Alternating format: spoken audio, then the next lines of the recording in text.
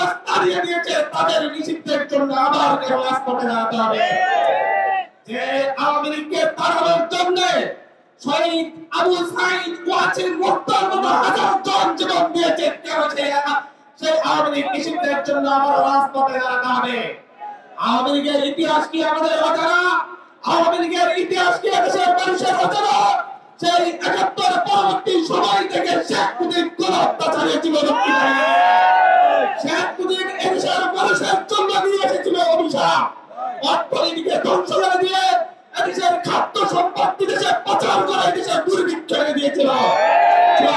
দুর্ভিক্ষে দেশের লক্ষ লক্ষ মানুষ নিহত হয়েছিল। দুর্ভিক্ষে মানুষ না খেয়ে শহীদ হয়েছিল। দুর্ভিক্ষের পরবর্তী সময়ে এদেশের চিপাই জনতা শেখ মুজিবকে উৎখাত করেছিল। যদিও সেটা নির্মম হত্যাকাণ্ড করেছিল, আমরা তার নিন্দা জানিয়েছি।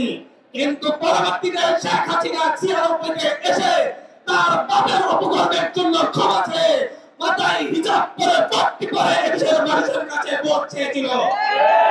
এদেশের মানুষ সরল মনে শেখ হাসিনাকে আরেকবার বিশ্বাস করেছিল। কিন্তু শেখ হাসিনা ৯৬-তে ক্ষমতায় এসেই ভারতের দাবিদারি শুরু করেছিল।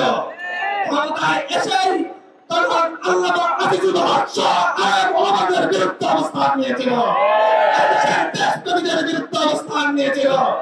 পরবর্তীতে এদেশের মানুষ তাকে জবাব দিয়েছিল ২০০১ সালের নির্বাচনে। তখন বুঝতে পেরেছিল আর আওয়ামী লীগ কিংবা ভারতের সেই দাবিদার গোষ্ঠীর ক্ষমতায় আসা সম্ভব না।